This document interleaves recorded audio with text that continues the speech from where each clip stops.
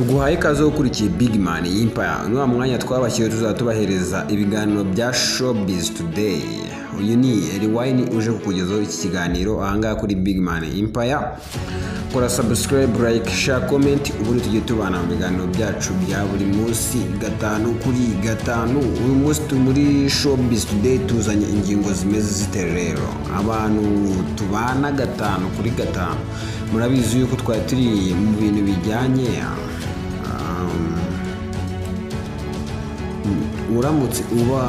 uramutse ubyutse cyangwa umunsi umwe bakaguhereza Imana ikaguhereza akantu kavuga ngo uri umukobwa ugiye kubyuka uyu munsi wabaye umusore, ni ikihe kintu wakora? Ubu ngubu noneho tugiye kuva kuri ibyo. Uyu munsi tugiye kureba ingo z'abashakanye 95% cyangwa 90% usanga bicuza impamvu bashakanye n'abantu bari kumwe muri ako kanya. Ni ukubera iki? Ibibazo bagenda bahura nabyo mu ngo zabo. Ese waruzi yuko waruzi impamvu abamotari bambara amakoti ku zuba rikomeye cyane? Warubizi impamvu abamotari bambara amakoti kubera biterwa n'umuyaga mwinshi cyane wabona nawo? Ibyo ni ibintu tubibuze kukubwira ku buryo buraza kuba buri hejuru cyane. Icyo bita breaking news tuba tugomba kukibagezaho gatanu kuri gatanu.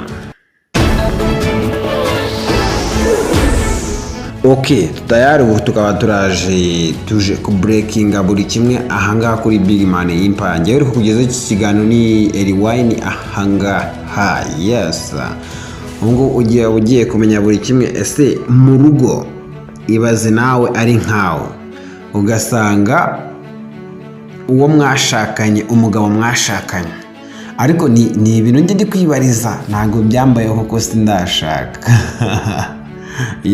Ntabwo byambayeho kuko sindashaka.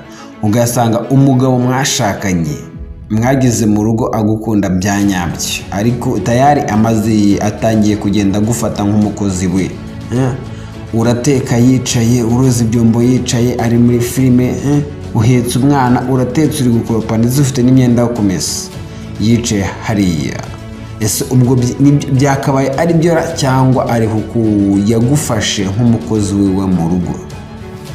Ndi kwibariza, ntabwo ariko ariyo gategori nabashyizemo. Nuko hari abantu naje gusanga abenshi cyane abarokore bikunda kubabangamira cyane abantu.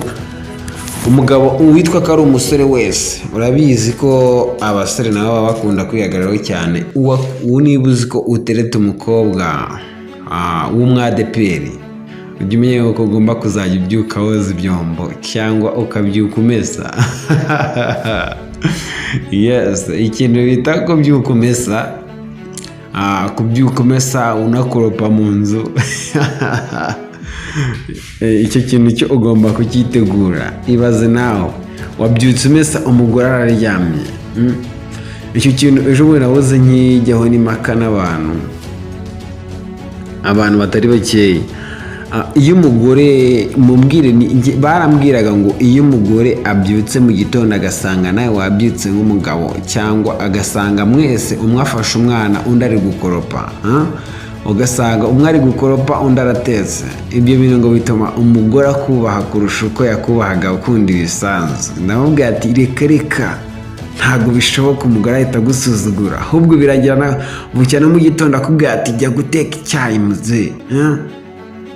Urabyumva ute wowe ikintu cyo kuba umugore wamuhereza kwishyura ukizana guhambaye cyane ku buryo ushobora kubyuka ukoropa n'akabyuka atetse?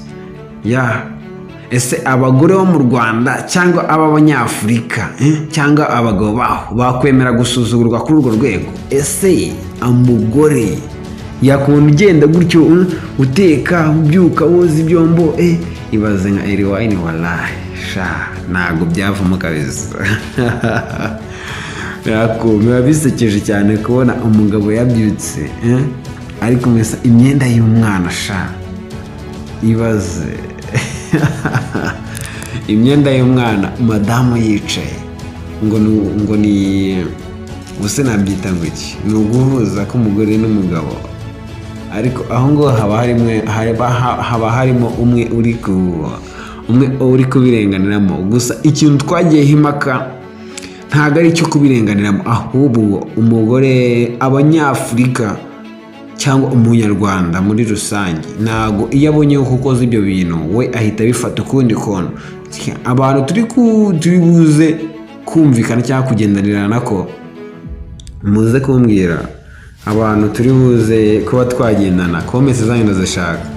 Iyo umugore ubyweretse yuko ibintu byose ari uburingana mugomba kubikorana, birangira ibaze sha umugore atangiye gutaha saa 5 z'ijoro avuye mu kabari ngo umugabo araza guteka, araza guteka, araza no koza umwana.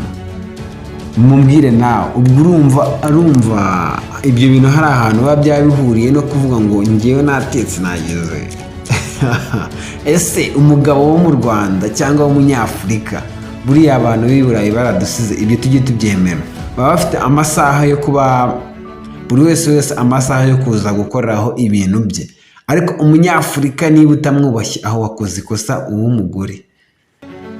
Ariko ntabwo ndi kurengera, nta muntu n'umwe ndi kurengera muri bose, gusa komenti zanyu ziraza kunyereka uko ibintu biraza kuba bihagaze 5-5. Ngewe uri kubagezaho ikiganiro ni Elwine ahangaha kuri Big Man Empire.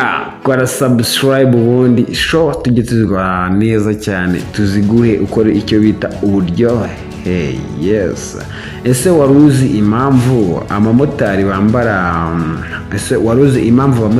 amakote ku zuba, ugasanga bambaye imyenda myinshi cyane ku zuba? Ni ukubera ko iyo bari kugenda bakubitana n'umuyaga mwinshi cyane, ugasanga bibaye ngombwa yuko umuyaga ubakubita ari mwinshi, biba ngombwa ko bagenda bambara amakoti ya buri munsi cyangwa buri segonda ya buri gihe, kugira ngo uriya muyaga utaza kuba wakubitana nabo, wenda ukaza kuba wabangamira, kuko bafite ubukonje.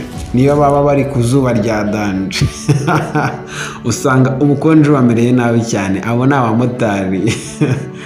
Ngiye hariho n'abajetse iryo koti ntibaripima nk'ibiro bingahe, ngo sha byihorere ngo iyi ni business yanjye, ngo urafata kategori yanjye ukayishyira mu biro, ngo iyi ngiyi ihagaze muri za kilograma.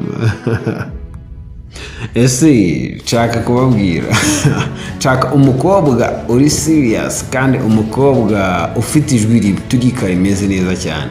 Nshaka umukobwa tuzadukorana ikiganiro cya Showbiz Today.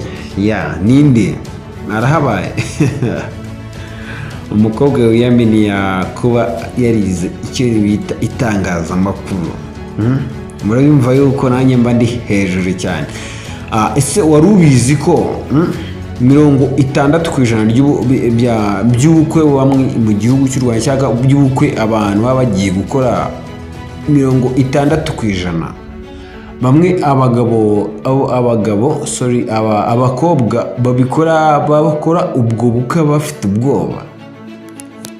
Simbaze ngo ubwoba n'ubw'iki baba bafite, gusa baba bafite ubwoba bwinshi cyane kuba bagiye kubana n'abantu batari biteguye kuba babanamo, cyangwa gukomezanya ubuzima n'abandi bantu. Nabyo ni ibintu bituma bagira ubwoba cyane mu mubiri wabo, bikaba affecta nyine ku buryo bukomeye cyane. Naho abatipe baba bavuga ati wow, nanjye nageze mu rwego rw'abagabo, nzayengera ahantu banyubahe.